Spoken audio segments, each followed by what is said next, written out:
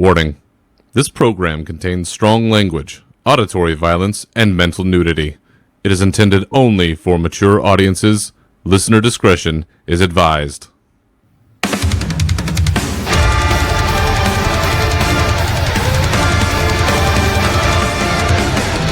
Welcome to your uncensored home for World of Warcraft news and opinions. This is Unshackled Fury.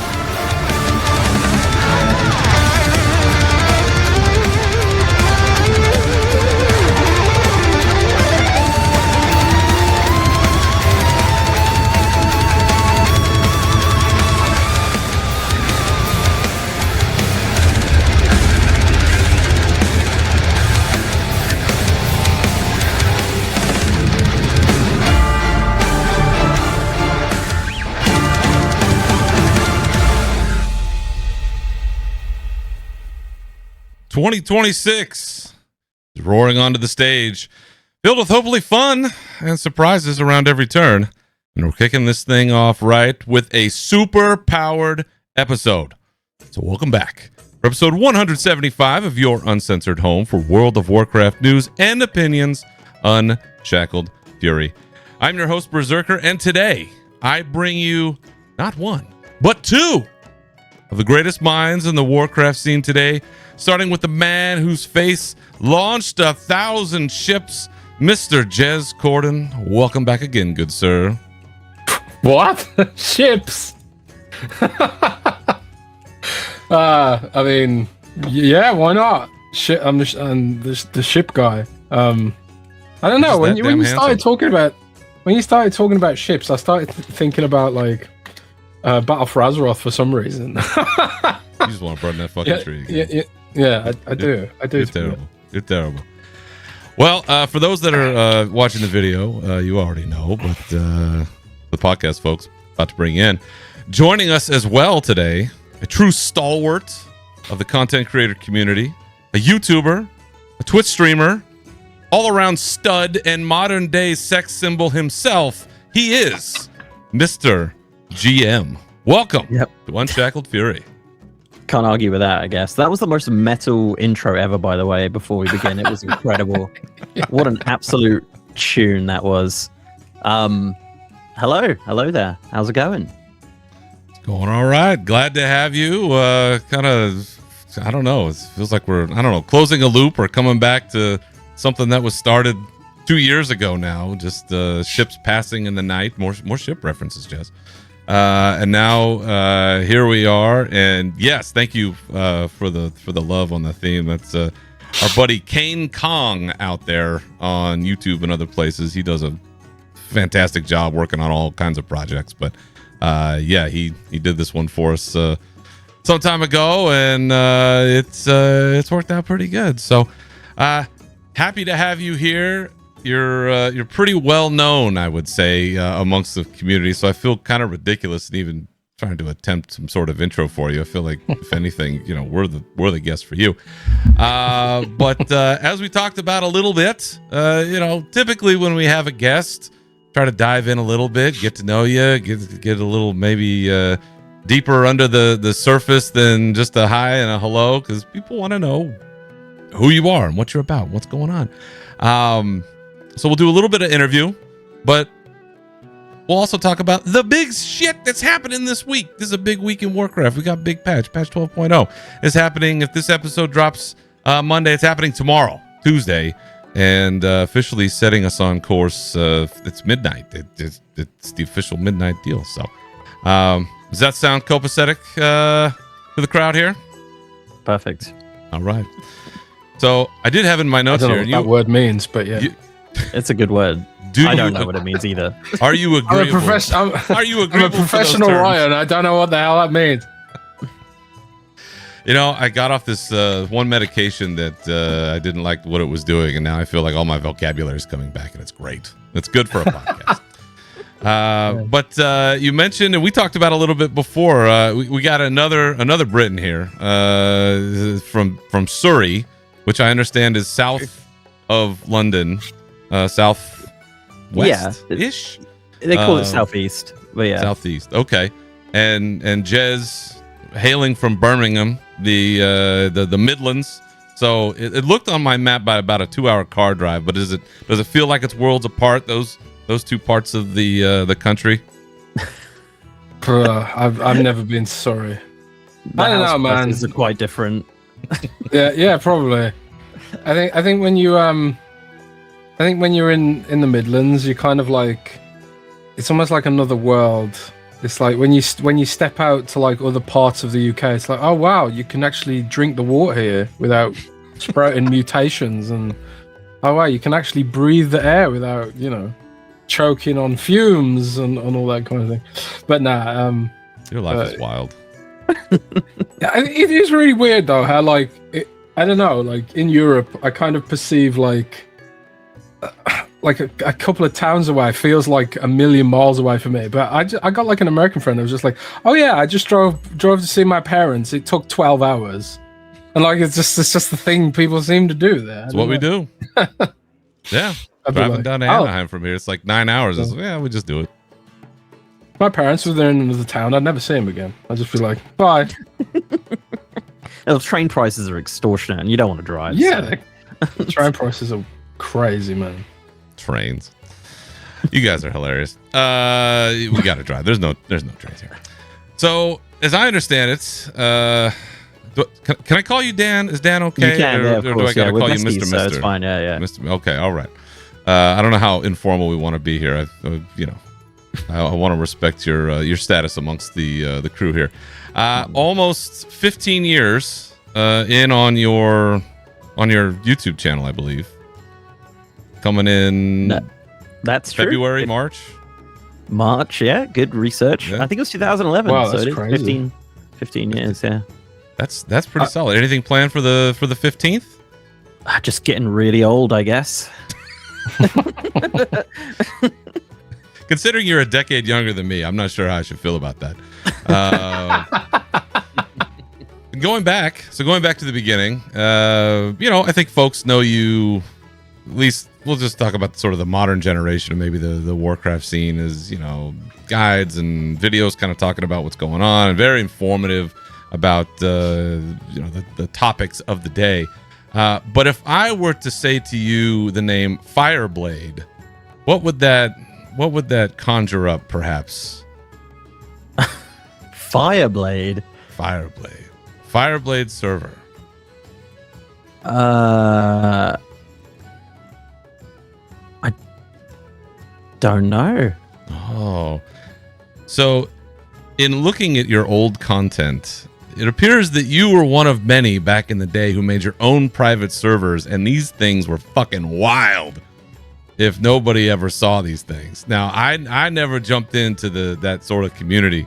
But in looking back, it seems like your early days, the name MrGM itself was sort of born out of a couple of things. One being a video that somebody had shown way long time ago of like GM powers, and they were like walking around, I think it was Teldrassil, and just like leveling hella fast. And doing different things themselves, but you were going around and kind of reviewing private servers, and that's not really a thing that I ever got into, and I thought that was really interesting that actually existed. So do you recall, can you talk a little bit about what that was like? That's good. Did you go back to his like earliest YouTube chat? Right, I did. Welcome to Unshackled Fury, where we do research. That's some good research. Yeah, many moons ago, I used to review private servers. I assume that was just probably one of them. Yeah, that was kind of how I started, I guess. Those videos don't exist. I don't think. There might be one that slipped through. I don't know, but yeah, those videos don't really exist anymore. But that is a thing that happened. Yes, and I had a different name, I suppose. It was a bit longer, I guess.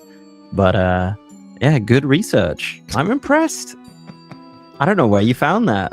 Listen, I can't have you on the show and then just be like, look at this fucking moron. He brought me on, and I don't know what he's doing, but we got it done. This is how you get him. This is how you get him, folks. Yeah, that's good. I thought it was really interesting because that was never on my radar. Like, the private server thing, and I know Classic was born out of this stuff eventually, and Nostalrius and like all the crazy stuff that happened. back then, but then eventually you transitioned from sort of that stuff to the modern era of WoW, like what was going on in retail, those sorts of things. Looking even further back, it is out there. You seem to be a fellow fan of Jackass at one point, at least very early in your life, and you were way too young for that. So I don't know. I know what you found. I don't know what you're looking at or what you're doing over there, but I love it, and I love you even more for it. But eventually, to get to my point here, okay, you get to a point in time where you are able to transition into full-time content creation, which to me is one of the scariest fucking things possible, because I look at like my life and like what's going on. I can't imagine how you make that jump, how you support yourself, how you have the confidence and the belief to say, okay, you know what, I've got enough going here that I can do that. So when you make that jump, what informs that decision to have the confidence to do that?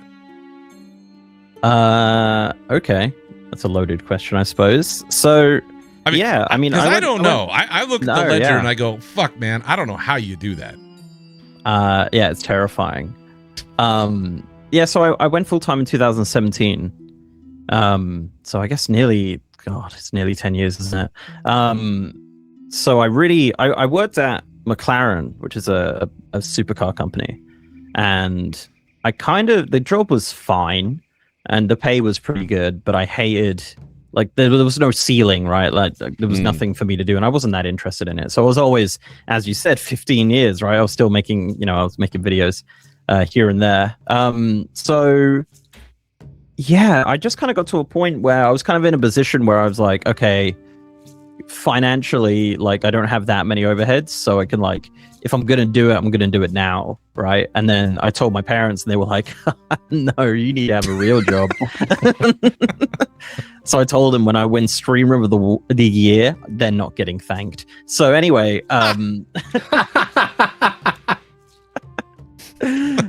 but then they've changed the narrative now. They're like, no, we said it was, we really supported you. It's like, yeah, whatever.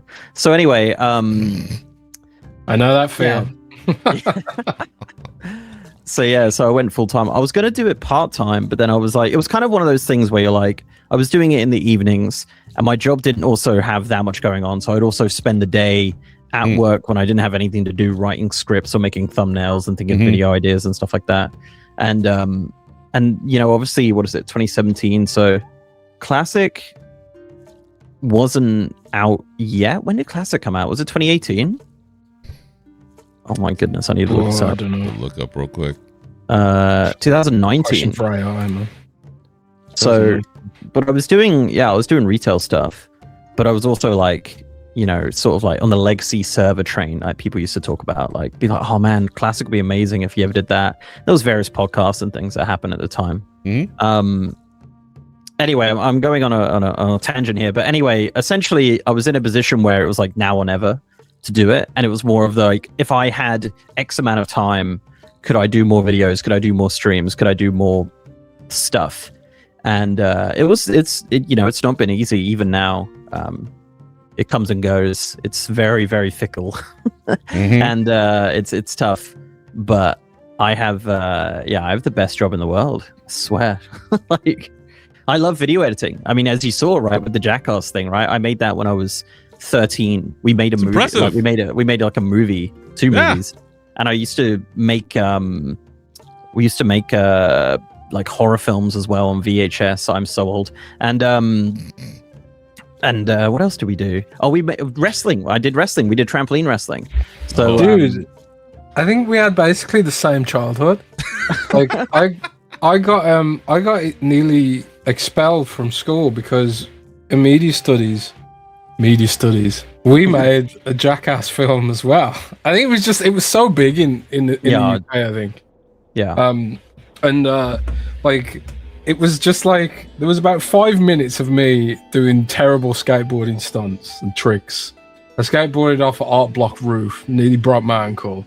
There was like 2 or 3 minutes of that, and then there was like 20 minutes of doing it was terrible, by the way. It was 20 minutes of doing the milk stunt And I can't remember if this was from Jackass or from Dirty Sanchez. Have you ever watched that one? That was like even worse. Yeah, that was the Welsh guys. I was doing the skateboarding stuff, but my friends were like, they couldn't really skateboard, so they were like, we'll do the milk thing. And they went to the store and they bought all this like gallons and gallons of milk, and then like for half an hour just throwing up all over the playground at school. Just drank all this milk and just throwing it up everywhere, and we all got in so much trouble, man. But yeah, I got a C for my GCSE. Yeah, nice. And now look here. Yeah. Oh man, it was good times, man. And also the backyard wrestling too, man. Yeah, we did it on the trampoline. I used to edit it, so that was like I always wanted to be a video editor, and then I went to college to do it, and then I failed, and now I do it full time. So who's laughing? You showed them. Still me, I guess, or them. I didn't get any qualifications. If this goes south, that's it. I'm done. Video editing is a good backup career. It's like look at all the shit that I made. So, I mean, you've had this lengthy, at least part of your content creation career in YouTube. When for you did Twitch come in? When did the Twitch streaming come in? Okay, yeah. So when I went full time, I was streaming on YouTube. Because I kind of had the base on YouTube, so I just was kind of scared of Twitch. Mm-hmm. And then it kind of, I couldn't tell you a year, but maybe like a year or two in, I started like dual streaming, and then eventually like I used to make, my subscribers hate it. I used to make like 20-second videos that would be like, hey guys, I'm live on Twitch. If you're watching this video, I'm still live. And I would have that up and then people would watch it. And then obviously when I finish live, I'll delete the video. Mm-hmm. And that actually worked. Worked really well. So people would come over to the Twitch, and then, yeah, it's just, it's all about balance for me. Like, especially now, like I feel like it's well balanced, I guess. At the end of the year, like tax year, I normally do like a little graph on Twitter or social media saying like these are the earnings, and it's like compares the two, like obviously with no numbers, let's not leak too much, but like it's interesting for people to see like how much is events, how much is Twitch, how much is YouTube, and things like that. So I find it interesting. I should probably do that because I just did my taxes. It was very sad. I need to do mine. Don't remind me. Great time of year for everybody. Do you have a preference between the two? I know you do both, but which do you like better? It's weird, isn't it? So like I like the video editing a lot, and I like the whole process of making videos and stuff, but also this job is super duper lonely. So like the Twitch streaming is nice because I can go on Twitch and then there's people like chatting away and stuff, and they're from all corners of the world, and we have like conversations about that a lot of the time, comparisons and things like that. So yeah, I think I don't really have a specific preference really. Sometimes I'll prioritize YouTube because I'm like, oh crap, like pre-patch is coming out in 2 days, I need to do this, that sort of thing. Maybe I just won't stream as long or not stream that day and stuff. So yeah, I don't really have a preference. So I think both are fine for the most part. You're right about the sort of loneliness, I guess, if that's the right word. Podcasting, which is essentially a dead art, unless you're one of 5 people on this planet, I guess. Most of the time, it's just Jez and I yelling into a void. And I'm like, is anybody even listening to this? I'm not even sure. I know we got like 3 listeners, and I know that they're diehards, and they'll do it. So between the homie and my mom, and I think a neighbor, I might have tricked into it. I always hope that they're digging it.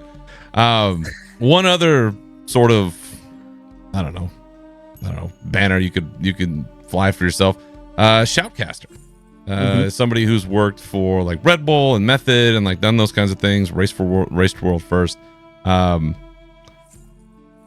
a presenter side of things, what is that experience like? What kind of prep do you do, or do they kind of pull you in and say, hey, we need you to for some events? Do you lobby them to go do it? How does that all come together? Yeah, I just get really lucky. I've done most race to first. I think there was one I didn't do, and I make a joke with Method about how they fired me, even though I was never hired. But anyway, Like every time we mention that race, I'm like, yeah, I was busy. I was doing something. I can't remember what it was. Yeah, no, it's interesting. Coming back to the wrestling thing, right? I watch a lot of wrestling, and I have done for many years. The commentary on wrestling is very similar to sort of commentary on video games, right? Especially WoW. But for me, I was more of a host. So I never really needed to know like everything, right? I don't need to know what this specific ability does. And, I need to know what it roughly does. But to be honest, you pick it up through osmosis anyway when you're on the 400th pull. You're like, I know this fight now. I can do it. But you can't actually do it. But you could talk someone through it.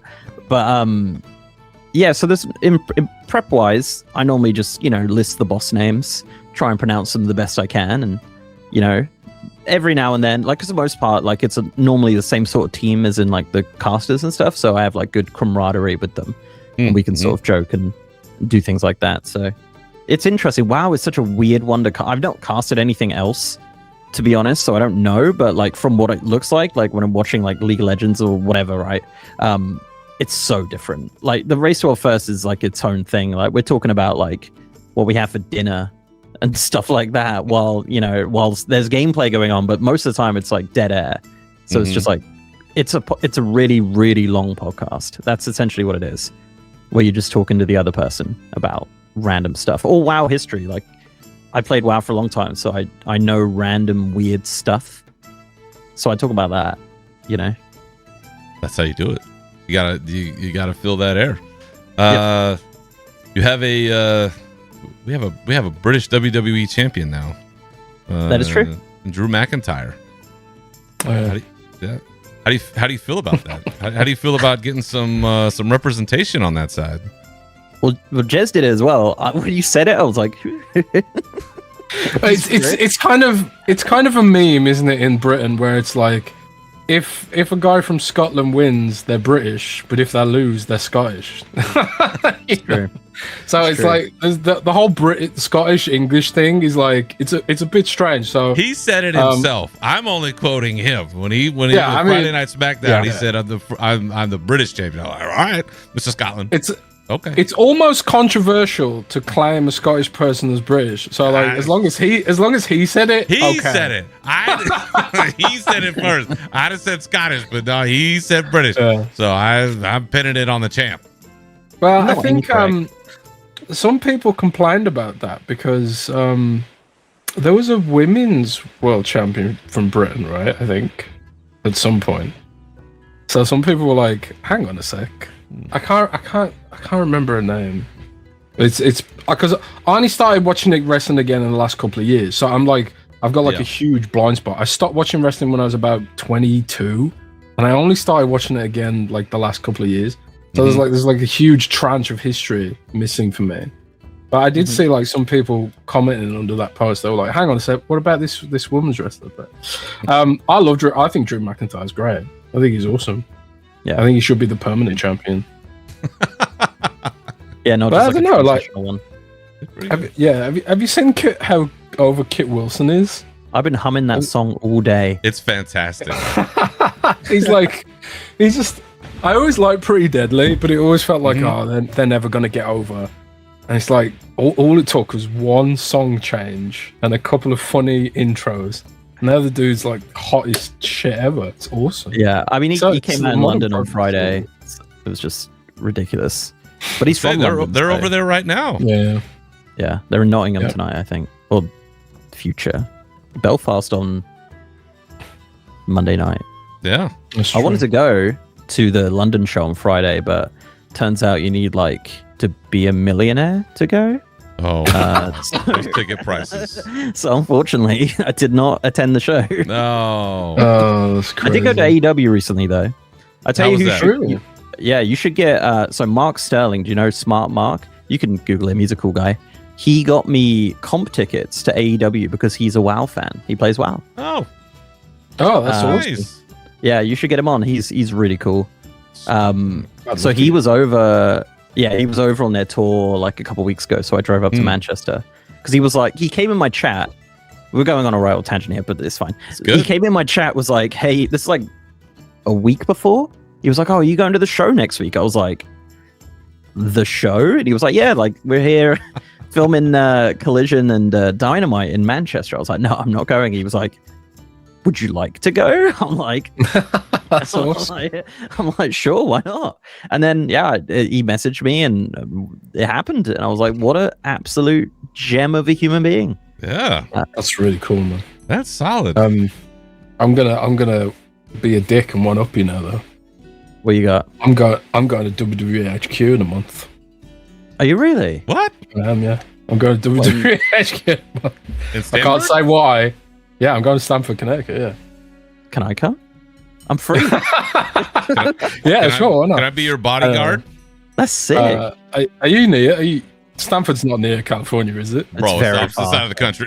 Right, it's the opposite side of the country, yeah. I don't think you're going to be able to come, but it's like, wrestling's like, I don't know, like, I feel like a lot of my friends have gotten back into it over the last couple of years. Mm-hmm. And it is kind of funny because I'm going to WWE HQ on the back of like someone being a fan of our Windows content, not our Xbox content. Right? So it's kind of interesting how all that shit works out. But there's a lot of crossover. You'll be surprised with like video games and wrestling and everything. It's crazy. We used to cover Windows Phone. We were like the only website on earth that covered Windows Phone. And the amount of opportunities I've gotten just because of that, like, I used to have a Windows Phone. We were the only people covering it, But there's no fans of this show, so I'm not getting any comp tickets. So I'm still gonna have to pay through the nose. But that's okay. You boys can get all the comp tickets for me, and then actually, they're coming through here. There's BlizzCon, right? There's BlizzCon. Yeah, maybe. Yeah. You got BlizzCon last year, didn't you? Yeah. We go to those things.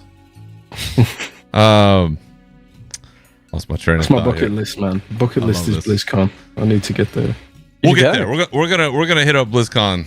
We're definitely gonna talk about that here in a little bit, but kind of get things back on track here because I don't know if I completely lose control of all of this, then wrestling podcast. We fucking threw that tea into the harbor for nothing. We could talk about wrestling all fucking day. Our love of Botchamania, and like how my son has the sign that he drew of Taz that he's held up at every event, and there's some that we have really good shots. You can definitely see us, and it's a lot of fun. That is epic. Get back just real quick on content creation itself, because you've been doing this so long, and sometimes I ask myself after 10 years now doing this podcast, like, why the fuck am I doing? Like, what's wrong with me? What keeps you going in this space? Is it your love of editing? Is it the community? Is it being one of the VIPs of the VIP club? What is it? It's mostly just my mortgage payments. Yes. So I was thinking this one. Damn good reason. No, I'm joking. But it's a half joke.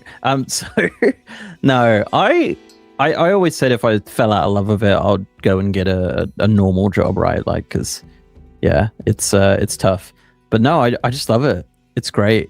Literally, like, you're your own boss. You get to do, you kind of on your own schedule of sorts, and you get to play the game that I absolutely love, and if I ever fell out of love with the game, then I'm gonna go make a wrestling podcast. But I don't know, it's the best. Some days you feel like you don't want to do it, but I think that's just with anything. Very true. But most days, and like, it's spoilers, sorry to break kayfabe, it's Sunday today. Obviously I don't work weekends, right, normally, so Saturday, Sunday's like family time. My fiance works a normal job. She has work tomorrow. She's dreading it. I'm excited. I can't wait to do a video about endeavors tomorrow, and then stream for 6 hours or something. Yeah. So that, when I lose that, then what's the point? Because you could see it as well, right? With streamers, when they just don't feel like they're, when they're just going through the motions. Absolutely.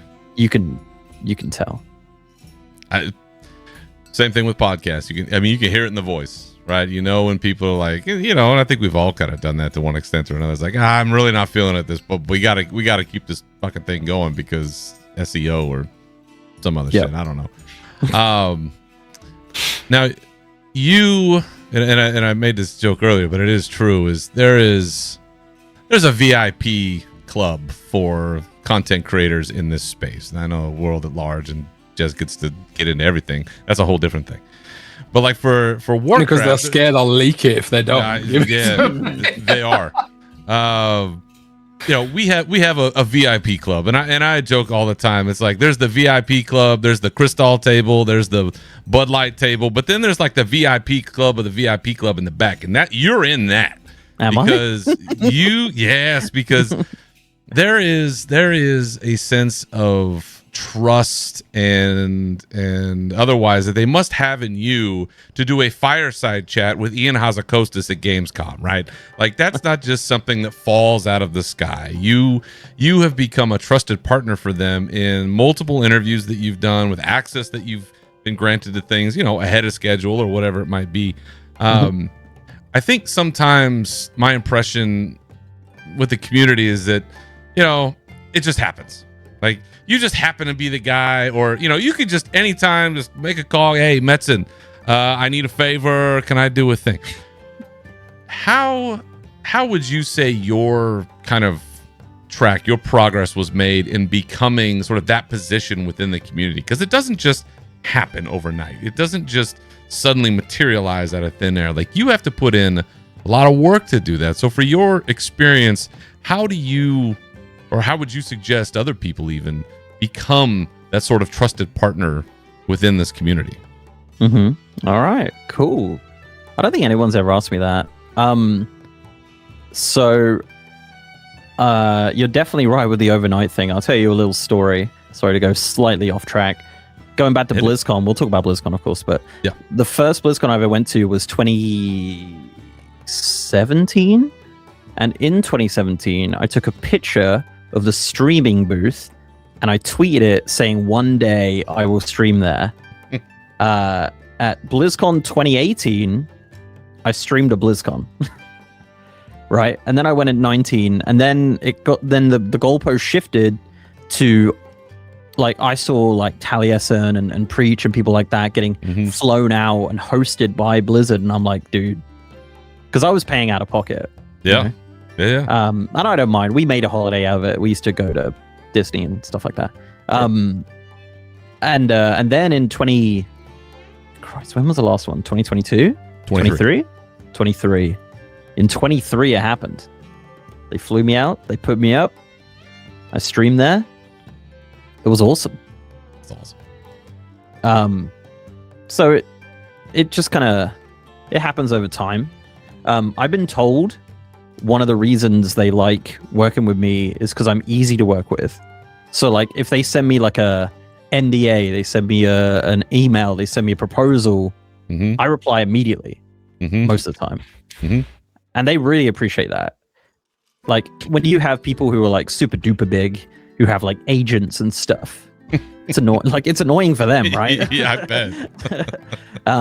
So they just message me on Discord like, Dan, do you want to do this random thing in 3 weeks? I'm like, well, yeah. Yeah. I'm free. I'll go to WWE HQ. So,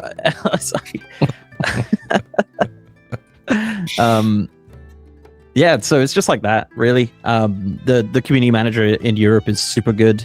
To me, she's literally the best. She's awesome. I never take it for granted. Like when they pop up and they say, "Hey Dan, do you want to do this thing?" I'm like, yes, I do. But like, it's just insane. Like I get, I'm not sitting here like Billy Big Bollocks, like, oh yeah, I deserve this. It's like I'm just like, why me still? Like surely there's like there's other people. But yeah, I don't know. I've done a lot of interviews as well. You said about the interviews. A lot, like surprisingly a lot. Like you don't really realize how many. Some better than others, definitely.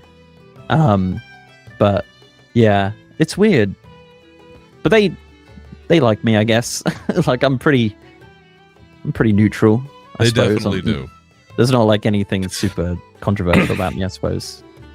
I'd like to. I think one of the big things that I've because I've been doing this about I think 10, 12 years now. I do think one of the things that's underrated is keeping a positive attitude as well, because being easy to work with is part of that is having a positive attitude, you know. I don't know, definitely it's held me back because sometimes I'm just fuck all this shit, you know, and I get really pissed off. And I do notice that working with, because you know I talk to a lot of sources at Microsoft and Blizzard and stuff like that. You do kind of you start to see that the people that they generally want to work with, the people who end up getting blacklisted, are the people who are positive and have a positive attitude and just genuinely love what they're doing and stay humble with it, you know, and don't try and lean into some of that. I think there is a trend amongst the very, very big streamers where eventually they just think, I can blow up even more if I lean into some controversy, right? And it's like a quick way of really blowing up. Yeah. And then but you know, if you blow up like that really quick, the fall can be pretty painful as well. No way back down. I think that's kind of why I'm where I'm at now, because everyone just quit. It's a war of attrition. There's a part of that. That too. Well, I mean, you can be around for a long time and make shitty content and never get anywhere. You know, there's obviously, you know, something to it. And you know, listen, you're our guest. I don't have to kiss your ass, but I'm gonna do it anyway because I like you. I like you, Dan. You're a good guy. Thanks. And you know, we met, as we talked about earlier. We actually did meet once. We met at that BlizzCon in 2023. I got convinced by Jason Lucas over at the Starting Zone to go down and take advantage of the press access and go sit down there in the press area for that announcement thing. And it's one of the smartest suggestions I ever took from anybody. But getting to meet you down there, seeing your entourage, you should have seen it, Jez. This guy, he had a whole fucking team. There was 5 guys, and they were ready to beat anyone's ass who came within 10 feet of him. It was some serious shit. I was scared to sit on the same row. But then I befriended one of those, you know, security guards, and then I guess it turned out all right. But it was my brother, by the way. That's who it was. Yeah, he works for me. Very, very, very nice people, and you know, and that was what I, you know, immediately was struck by, and I say this just so people kind of have an understanding of what's going on here. Is I trust my gut. I think it's a trauma response from my childhood. Is I could read people pretty quickly and kind of get a sense of just their energy. I know it sounds real woo woo, but I trust it. You're American. It's okay. Yeah. There's nothing okay. It's okay to be woo woo if you're American. Well, this is just a little. You know, and you struck me as a very genuine person, which I think in this space is kind of hard to find. There's just so many people that, and I get it for various reasons, or you know, they put that mask on or that persona on or whatever that thing is, and they are, you know, they become somebody else or they are somebody else, and you immediately can read that as I mean, I see a person and I'm talking to a human, but I'm not sure that this is the actual one. But you come off as a real one, and so far in every interaction we've had, it's only supported even further. So, you know, it feels good to see people like yourself getting ahead, representing the community and helping people out, because not everybody's like that. And not everybody in this space is like that. And so I've really come to appreciate how, and please don't take this the wrong way, how kind of shockingly normal you seem to me as somebody that just loves making, you know, content and being involved in the community and the game. And I think we need more of that in this space. And, you know, again, having come across you in person, you know, just sort of reinforcing that. And, you know, I think now more than ever, we really need that kind of presence to be highlighted more, as opposed to, as Jez, I think, brought up very accurately, as people that, okay, you know what? I'm just going to throw a grenade into this situation and hopefully it'll get me something. And it's become a problem. And so when people see you, I think people, you know, just want the audience and the listeners to understand, there's a real guy, there's a real dude. And we're lucky to have somebody like yourself in this space. And I think one of the things, and I'm going to take a wild guess here as a parent, one of the things that has also helped to round you out in your life's experiences is that you are now a parent. You have, a young child, and I know what that experience is like, trying to find that new balance. But as a full-time content creator, how does now being a parent like work into that kind of a schedule? Do you feel like more flexibility than maybe your peers or other people that are new parents? Be like, hey, I've got a little more time, or I can sleep in a little later, or are you just stuck like everybody else? How has that parental experience been? I guess it kind of comes down to like how I schedule my content creation in general. So I treat it more like a job in regards to timings, right? So like every day, like Monday to Friday, it's like whenever I wake up, let's say 7 till like basically 6 o'clock. That's it. Like that's when I'm doing it. So then in the evenings, like when my daughter comes back from nursery or whatever, and my fiance, that's family time, right? So we just kind of, unless there's something that's come up, covering WoW stuff is difficult because everything comes up at 6 o'clock, which is when I finish, which is like 10 a.m. PST. But that's fine. I work around it. But like, yeah, so I kind of treat it like that. So as soon as I'm kind of done, I'll close the office door. I'm out. I'm downstairs hanging out, whatever. They'll go to bed. I'll come back on the PC potentially some nights and just, maybe tinker on a video or do whatever really. But it's not like, that's not like a set time. That's just kind of like, I started this earlier sort of thing. So that's been fine. I mean, it's very good. I'm very lucky that I can be like making a video and then be like, just go downstairs and my daughter's there. It's like, and we can hang out for a bit or whatever. So I'm very, very lucky with that because I know a lot of people, my friend has a real life job. He moves people's houses. So he's like never, at home during the day. He's out. So pretty lucky with that. But I guess the other thing was like when she was born, like I tried not to take too much time off just because in this, in this economy, in this world of content creation, you go for an amount of time, you're gone. You have to rebuild and do whatever. So I think I took like maybe 2 weeks off, I think, in the end, and it was fine. But yeah. So yeah, it's just that really. And then the weekends is family time, unless they're asleep, which is what they're doing right now. So yeah, that's kind of how I balance it, I guess. Because I know, like, I have friends who are content creators. They don't have kids, but they live it. They live the gimmick. That is their life. Every single day, every weekend. I'm just like, dude, absolutely not. Like, I love it, but, you can't. I have friends who have normal jobs Monday to Friday, so I see them on the weekend as well. So it's like, and luckily they don't give a shit what I do because they make way more money than me. So they just meme at me. That's it. Which is fine. I'd rather them not blow smoke up my ass, to be honest. So it's like quite nice to be grounded in that regard. So yeah, it was kind of a long answer, but yeah, it's kind of it. I think I'm a bit envious of your ability to keep a schedule because I do think like all last year, like I just felt so burned out, and I think I am someone who, like a lot of content creators do that because I don't have kids, and so like I don't have to I'm not incentivized really to plan around anyone else. So you do end up sometimes, I think, just living it and never unplugging, and just it can lead to burnout. Like I definitely felt some of that last year.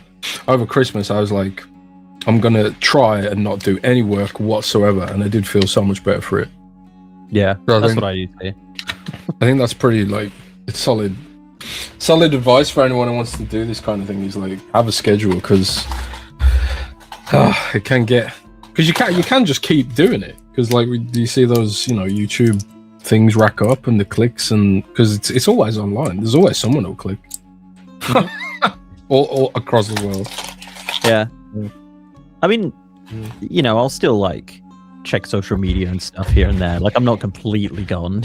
I'm not like, if there's something that comes up, I'll tweet about it, or if I just get a random thought, I'll tweet about it or post it on Instagram or some other social media. You return my messages. Yeah, I mean, I have Discord on my phone, so No. Yeah.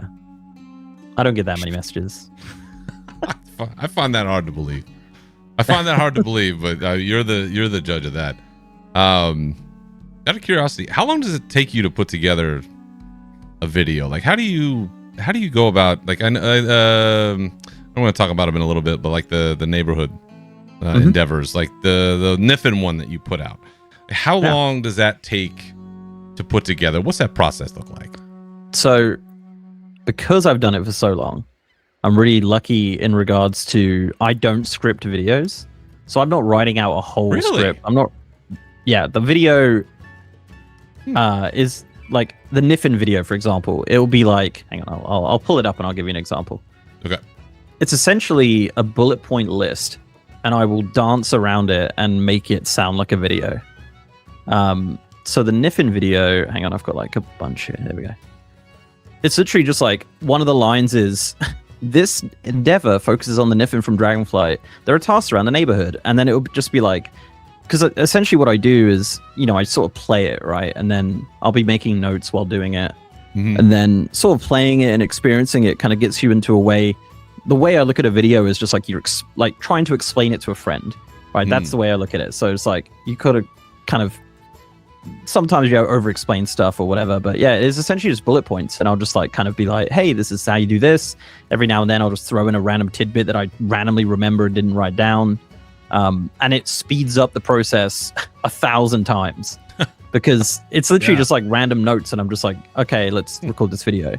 But I know, like, because I've done so many, it's just like I know the cadence of the video, I know like how to start it, how to end it, kind of where we're going to kind of put timestamps and things like that, because a lot of the videos are sort of like sectioned off into bits.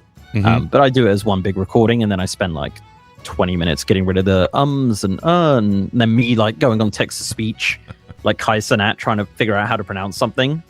It's like I do that, you know. So it's like, yeah, that's pretty much it. But at time wise, so that video, so this comes back to like streaming, because I did a lot of the research on stream. So it's kind of like two birds, one stone, right? It's like, so I did a lot of the research on stream. That Niffin video, I think, was literally just notes. When did it go up? Friday? I think. I don't know. So it was like, started, like it was just notes at 10 a.m. and then it was a video by 1 up on YouTube. Because the editing doesn't take too long. Like it's just like clips, right? Like, so it was just trying to find the appropriate clip to go with what I'm talking about. There's no like crazy editing. Occasionally there'll be a video, like a decor video or something like that, will take like a little bit longer because I'll have to find the assets and record them, green screen them, put it in a thing. But it's never long. Like I don't have videos that take days at a time, which is kind of nice. Some people do. I mean, people who make like 10-hour videos obviously do. Oh yeah. You know? But my videos are normally relatively short. Like the pre-patch video, that I think that was like 24 minutes. Those ones take a bit longer, but it's the good thing about it is like there'll be like a section talk about transmog. It's like I already did a transmog video, so I have all that footage. I have everything, so I just slot it back in. And then there's like little things like, oh, raid chat bubbles, and I'll just go on the game, 2 seconds, record it, and then put it in the vid. So yeah, I just kind of got it down to pretty quick. Some like other creators I'd spoken to that in the WoW space, they're like envious of the no script because they will script every single word. I was gonna say, I didn't know that was possible. Like my co-host, because I do an Xbox podcast, and like he used to make videos. He doesn't anymore, really, because he like saying earlier, he lost the passion for it. But he was someone who also didn't script anything, and I'm just like, I'm in awe of you guys who can do that. I'm trying to get good at it, but it is not easy. So it's like, that's awesome that you can do that. Well, people find it more personable though when you're just kind of yapping. Oh yeah, it's unless you're like really good at acting. Like there's that one guy who does like a lot of political videos, and it's clearly scripted, but he's very, very good at reading a script to the point where it doesn't sound like he's reading a script. Well, like I can't do that. So it's either it's super scripted and it sounds lame, or it's unscripted and I don't know what I'm talking about. So it's a lot of practice, right? That's awesome. You can do that, man. That's why you're one of the big ones, right? I guess so. Yeah, that's right. Skills, actually, kind of a sort of side story about scripting, actually. If you could indulge me. Yeah. Oh yeah, man. I did a video for Blizzard. Christ, must have been, it was Undermine patch. They asked me to do a overview video of it for their channel, and I was like, awesome, that's amazing.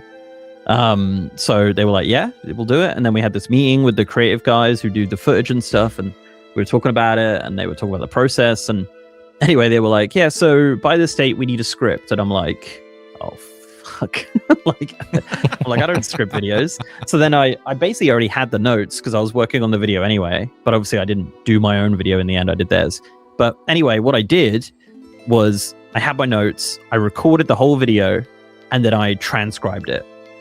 And I said, this is the script. Tell them about us. Tell them about this place. Say, there's another guy who wants a gig. I was really lucky with that. I'd never done anything like that with them before, so because they always got Kalani to do it all the time. Oh yeah. And then they reached out, and I was like, what happened to Kalani? Well, then there was somebody else recently. Some guy was like, Farts or something. Farts Gaming is doing it. Yeah, he's a cool dude. That was they've actually got loads of people doing it, like random videos for them now, which I think is really cool. Yeah. So shout out to them. I think Fia from Australia, she was doing a video. Taliesin's done a few videos. I think Soul did one. There's loads. I do really like how Blizzard really celebrates and engages with its creator community more so than I think any other dev that I've worked with. Like when you open Battle.net, it's creators, you know. And I've actually said, because I'm more on the Xbox side, right? Generally, I always say to Xbox, it's like, you should really look at what Blizzard's doing to celebrate its creators. You open the Battle.net, there's streamers, there's YouTubers, all this kind of stuff. They don't do anything like that for Xbox creators. Xbox creators are like drowning out here, like, please just give us a crumb, you know. And it's like, you know, they don't do anything. They do everything in-house at Xbox. So I do think like it's way better what Blizzard's doing on that side. It's awesome.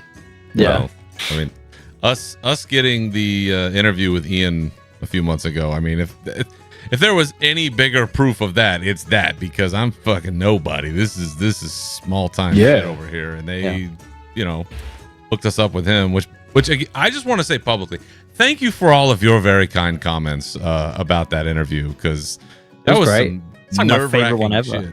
Well, thank you. I mean, honestly, that means a lot. Coming from you, an experienced person, but just that shit is nerve-wracking, man, because you put that out, and I mean, you could tell, right? Like, we were gonna do the interview that we were gonna do, regardless of what anybody else thought or whatever it was, because I know I've talked with Jez. I got my ration of shit for sort of my half of it, because I was doing things a little bit differently, and I want to have a different kind of conversation. And Jez got down to business, so he gave him the old kind of slap and tickle routine. I just wanted stuff I could get clicks out of, you know? Yeah, that's kind of how the interviews work, to be honest.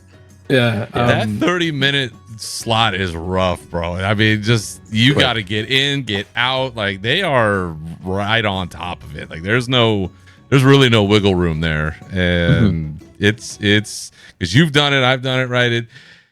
It's harder than people might think, because you've really got to be on top of your shit in that 30-minute window, because it's not like you got other time to kind of figure things out. Like, you really got to line that stuff up.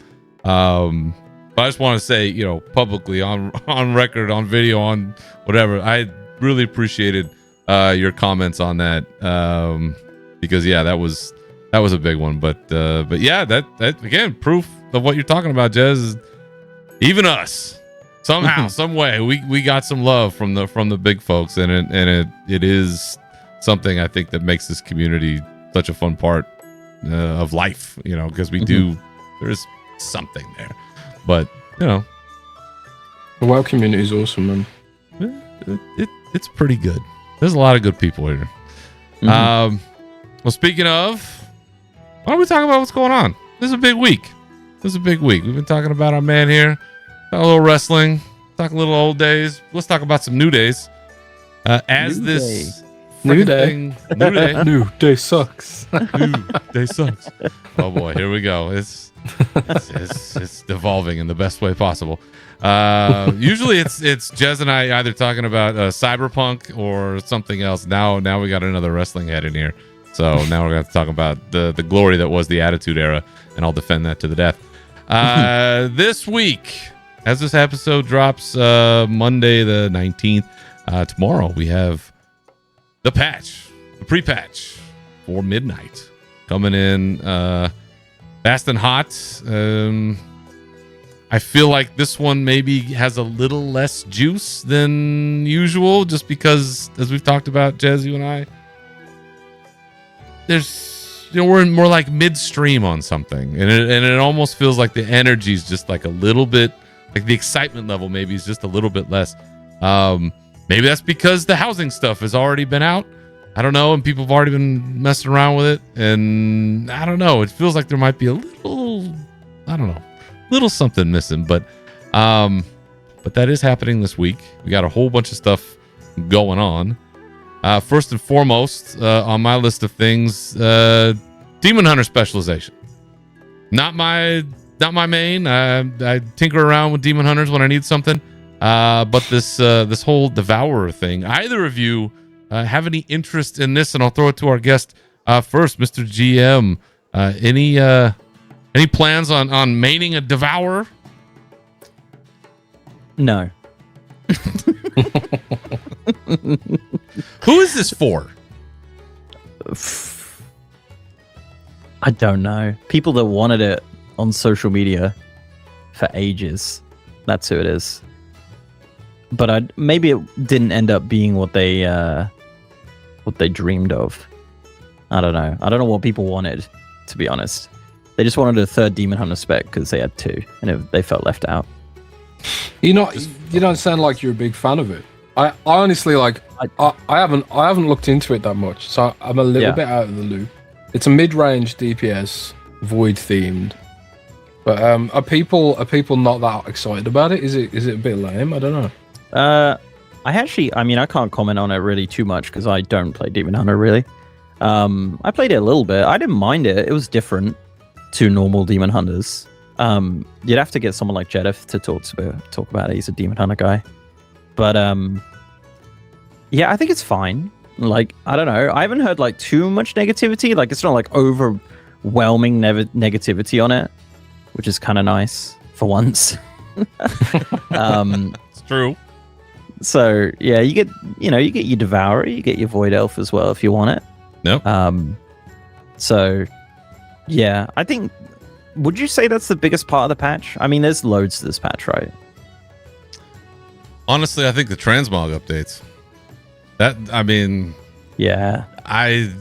We joke about it all the time and amongst the community, but I mean, it is kind of the world of transmog to a certain extent, and I'm guilty of it as much as the next person. And I think, to me, the Endeavors coming in, because housing is such a huge part of it. So the Endeavor's going live, which again, our man here has some videos out, so be sure to check those out if you need some more information on how to be successful in those.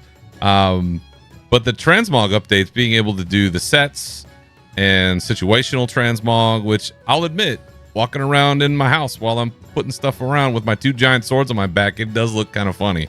So if I was able to walk around, in sweatpants or whatever the fuck I'm gonna do, that does make a little more sense, I guess, while I'm walking around in there. But that's, to me, the transmog stuff. I think that's the biggest, just because, I don't know, I think more people will engage with that aspect of things. The cost, I know, has been a point of contention with the community, because I think it's the first 2 slots you get for free, and then everything else after that you have to pay for. Yep. It's not much, though. Did they settle on the cost? Because I know at one point it was crazy, and people were really pissed. It was really crazy. Yeah. It starts at like 100, goes up 200, 350, 500, 1,000. But you're not going to, like, because you can get up to 50 slots. So if you wanted all 50, it's like 50? 2 million 50? gold. 50, yeah. Holy shit. Okay. If you wanted 50, it's 2 million gold. But if you want like 10, wow, it's like maybe 20k at most, 10k. That's not bad. That's fine. And then you have to pay for the transmog inside that. So, like, say if outfit slot 1 is going to be your scuba diving gear, you put your scuba suit on, that's going to be like maybe 1,500 gold. But then you never, like, if you, and then, like, let's say number 2 was like your normal set that you wear out in the world in dungeons. You know, you could set that, and then if you went into a dungeon, got a bunch of new gear, did a quest, got a bunch of new gear, you never have to reset it because it's just, you've transmogged that slot. Right. Which is great. I've wanted that forever. It's amazing. So, like, even like the way I look at it, it's like, imagine a new character. You know, you don't have to wear, like, because with, you know, when you're a new character and you're leveling, you're changing your gear all the time.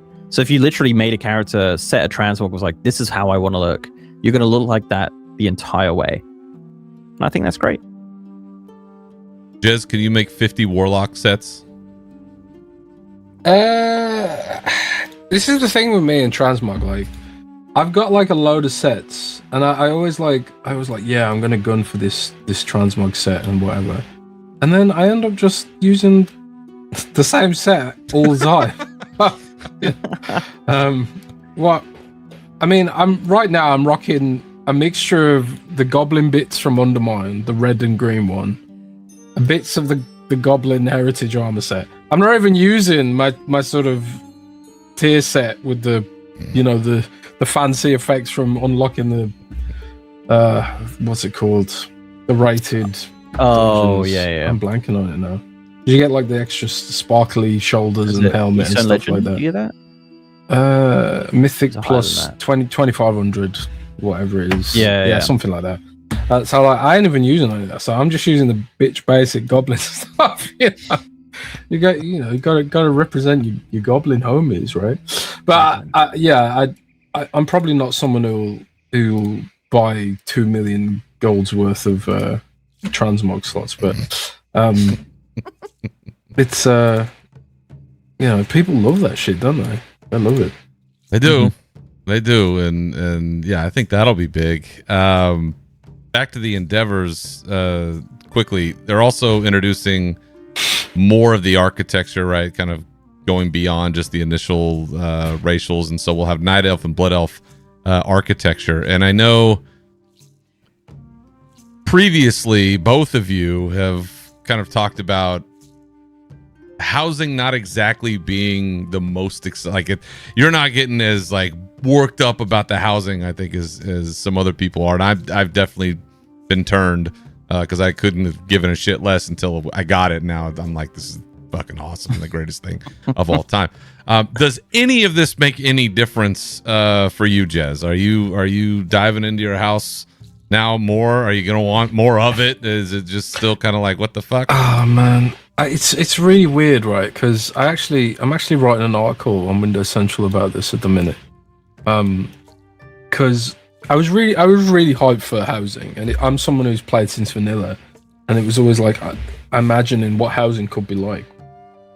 And now that I've actually got it, I've barely touched it. And I think part of it is like, there's not much goblin stuff, and yeah, there's stuff in Undermine, but it's like you can't get very much of it.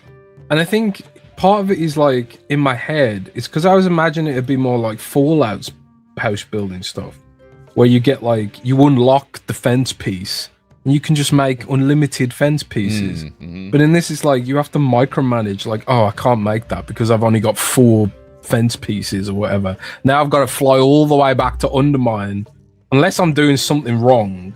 I got to fly all the way back to Undermine to get another fence post or whatever.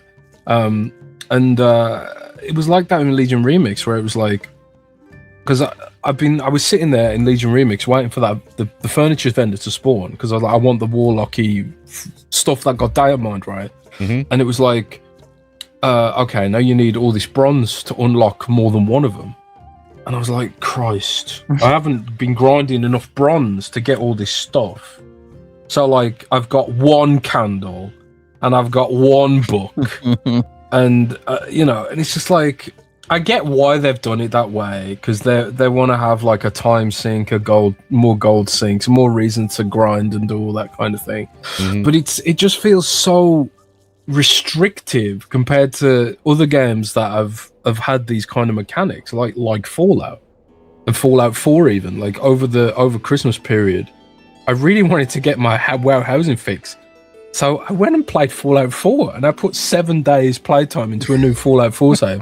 And I built these amazing settlements, you know, knowing full well that like as long as I've got the cement or the wood, I can make like infinite fence posts. You know? Whereas in WoW you have to like buy them piecemeal and you know, and I think it's something that you probably get used to and adjust to.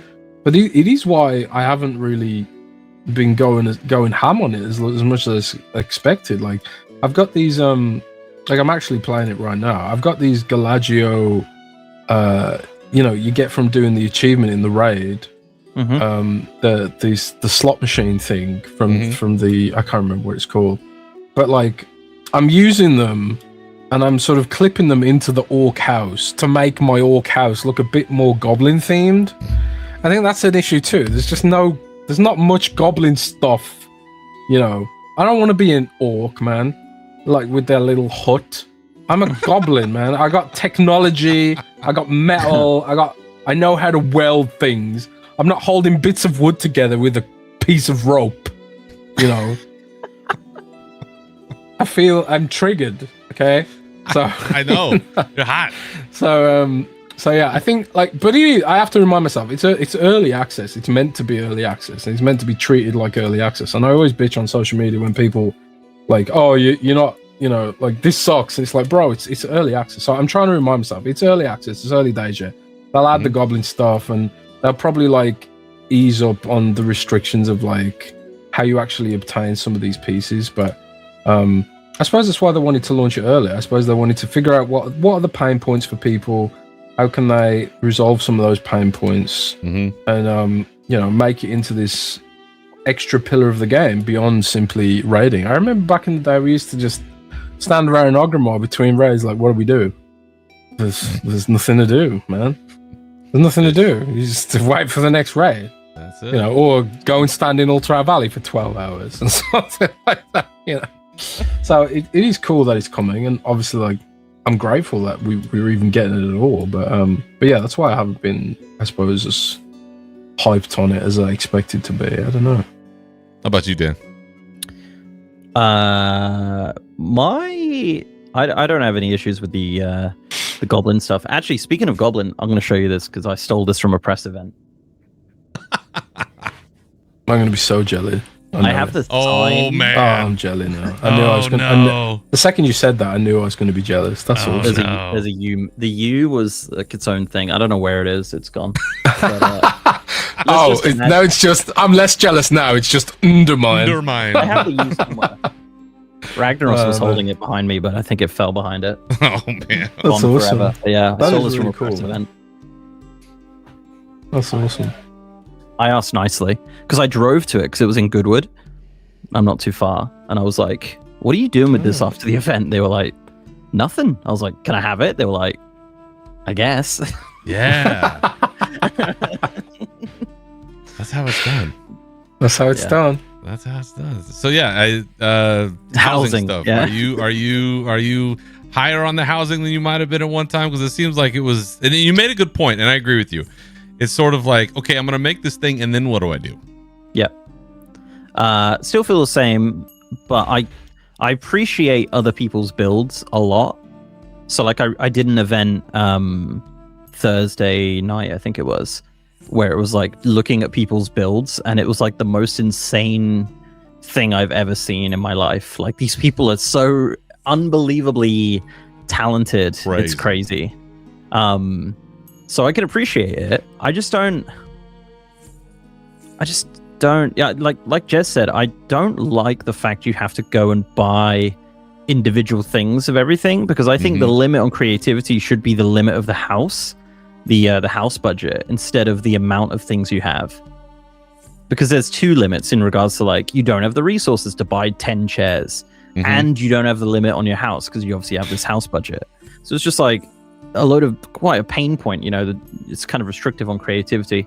Obviously people have found ways around it where they just farm X currency and then buy loads of it. But it's still annoying because, you know, it's not like, you know, some of the stuff is like in Borealis. So you have to like leave the neighborhood, go to Borealis, get the currency, buy the thing, go back.